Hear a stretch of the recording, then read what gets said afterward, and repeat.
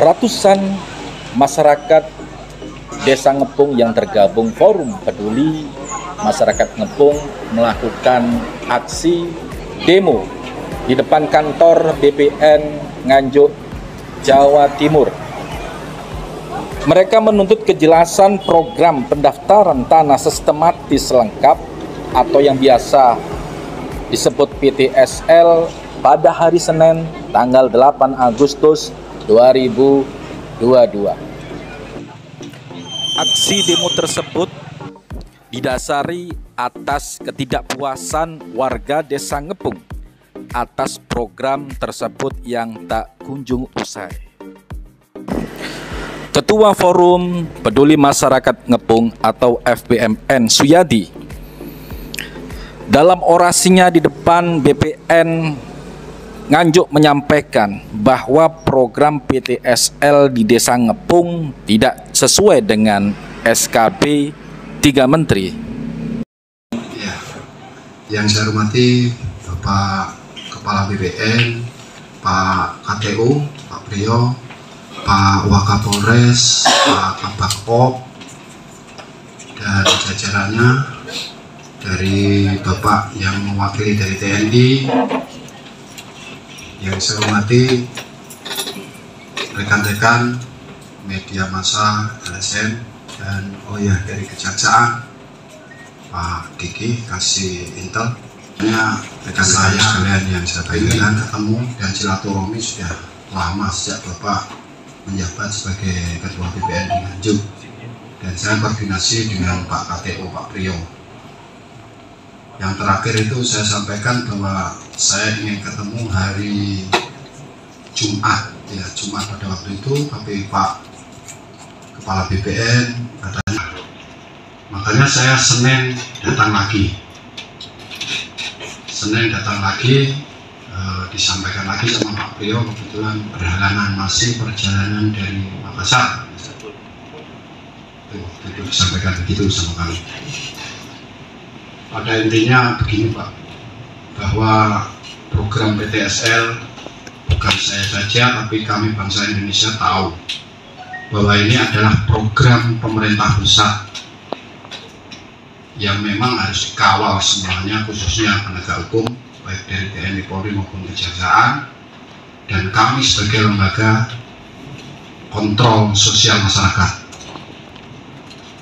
Jadi sebetulnya kalau kita bicara pendaftaran tanah sistematis lengkap ini memang betul ini program strategis nasional yang harus kita sukseskan. Namun sebelum lanjut, saya di Kepala Kantor Pertanahan Nganjuk ini dari 15 Juni 2022 Pak Suyadi. Namun setelah dilantik memang banyak sekali kegiatan aktivitas kami. Betul, minggu lalu 26 hingga 29 itu kami ada Rakernas Pak di Jakarta. Nah setelah Rakernas di Jakarta, hari Seninnya kami ada acara di Kanwil. Mungkin pada saat Bapak berkunjung di kantor ingin bertemu saya, pas saya Rakernas, dan saya hari Senin minggu lalu ada di Kanwil BPN. Nah mohon maaf Pak, nggak bisa ketemu dan baru kali ini kita bisa bertemu.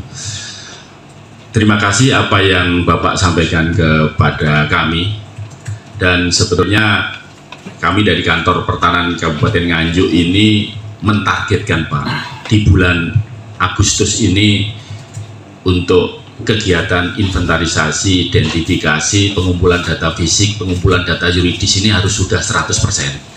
Karena kami sudah ditargetkan untuk segera menyelesaikan semua kementerian lembaga termasuk jajaran kepolisian, TNI, Pemkab, pemerintahan itu semua harus mendukung program ini. Itu rujukannya Inpres 2 2018, makanya hadir pada saat ini TNI, Polri, dari Kejaksaan, dan dari Pol PP. Nah selanjutnya terkait dengan PTSL tentu karena komunikasi, koordinasi sudah sering terjalin ya Pak, informasinya ini sudah yang kelima kalinya ya Pak. Sudah banyak informasi terkait dengan norma-norma yang berlaku untuk pelaksanaan pendaftaran tanah sistematis lengkap ini sebagaimana diatur dalam Permen di BPN ini Bapak. Maksudnya agenda terkait acara yang ada di sini. Ya, kalau tentu kami menerima aspirasi masyarakat tadi dan untuk bisa diproses untuk terbit sertifikat tentunya tadi sudah saya sampaikan bahwa harus memenuhi persyaratan-persyaratan yang diatur sesuai dengan ketentuan. Sepanjang persyaratan-persyaratan itu terpenuhi maka kita proses. Seperti itu. Iya. Nah, terkait tadi ada pernyataan Pak bahwa dari pihak BPN kemarin sempat ada 150 untuk BPN, itu seperti apa? Itu tidak betul dan kami siap biasa. Ini tugas APH tentu untuk memeriksa. Seperti itu. Iya, kami siap, tidak ada itu.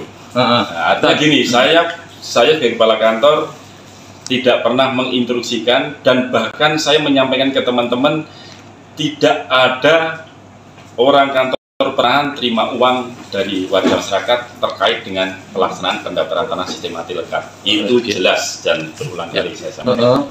Terkait dengan pembicaraan tadi ada biaya dari SKB 3 Menteri yang mana 150 menjadi 450 Pak. Itu seperti apa? SKB 3 Menteri itu apabila ada anggaran APBD, APBN, APBD atau APBDes. Jikalau tidak tersedia anggaran dari APBN, APBD dan APBDes, maka Bupati Wali Kota membuat peraturan Bupati dan untuk membiayai biaya pra dilakukan musyawarah antara peserta PTSL dengan pemerintah desa. Seperti itu. Iya. Terus lagi Pak yang terakhir dengan jumlah Pak sekian juta. Tadi ada 11.000 kurang lebih, ada anggaran 8,7 di depan sempat disampaikan Pak, itu Pak. Seperti apa?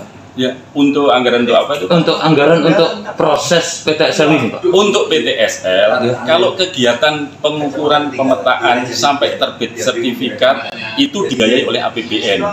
Biaya pra itulah yang harus, kalau tidak ada APBN, APBD dan APBDes yang dibiayai sendiri oleh peserta PTSL berdasarkan musyawarah tadi. Jadi biaya itu tidak ada masuk di BPN, itu biaya pra, biaya yang sebetulnya sebelum orang mengajukan permohonan sertifikat. Pada saat orang mengajukan sertifikat harus sudah melengkapi persyaratan-persyaratan itu, memasang patok, data yuridis, dan memasang patok, biaya patok, meterai, terus pengurusan data yuridis, itulah yang dibiayai sendiri oleh warga melalui biaya pra. Tapi kalau setelah berkahnya lengkap, maka biaya pensertifikat baik itu pengukuran sampai penerbitan sertifikat itu dibiayai oleh APBN bahan. Terkait dugaan pungli Pak, yang tadi ada 1.500 bidang di Desa Ngepung sendiri, terkait dengan biaya operasional berangkat ke Nganjuk 50.000 Pak, dikalikan 1.500 juga sosialisasi makan minum yang di total juga nominalnya tadi 50.000 Pak. Itu seperti kalau biaya pra sekali lagi kami tidak tahu. Karena kami tidak terlibat terkait dengan biaya pra. Yang lebih tahu tentunya adalah di desa. Nah, monggo klarifikasinya nanti di desa Ngepung. Pak, mungkin ada solusi Pak untuk desa Ngepung ini? Ya, kalau desa Ngepung itu solusinya cuma satu, bahwa warga masyarakat itu harus komunikasi koordinasi dengan kepala desa setempat agar kegiatan sertifikasi produk-produk yang diajukan masyarakat bisa menjadi klaster K1 atau sertifikat. Untuk Pak, untuk skala prioritas dari BPN sendiri dalam menanggapi permasalahan ini gimana Pak? Ya, tentunya kami dalam konteks ini sudah banyak membantu. Kita menunjuk ketua panitia adjudikasi untuk turun ke desa, waka fisik, waka yuridis untuk melakukan pengumpulan data fisik, data yuridis. Itu memang ketentuan yang diatur seperti itu. Terkait dengan persyaratan yang harus dilengkapi oleh warga masyarakat itu kan menjadi kewajiban warga masyarakat. Tadi sudah saya jelaskan. Terkait dengan tadi jenengan mengatakan bahwa masyarakat harus sering berkoordinasi dengan kepala desa. Sementara kepala desa sendiri sebagai panitia adjudikasi, bagian dari adjudikasi, itu sulit ditemui Pak. Nah, kalau itu kan saya tidak bisa menjelaskan ke arah itu. Yang namanya ini pelayan publik, apa bedanya kantor pertanahan dengan kepala desa? Sama-sama pelayan publik. Nah, kami punya peran itu tadi secara struktur organisatoris kan kami tidak bisa memerintahkan kepala desa harus begitu. Kami hanya menggunakan garis koordinasi juga, dan koordinasi itu sudah dilakukan juga melalui teman-teman panitia adjudikasi maupun satgas-satgasnya, dan itu selalu dikomunikasikan Pak di desa.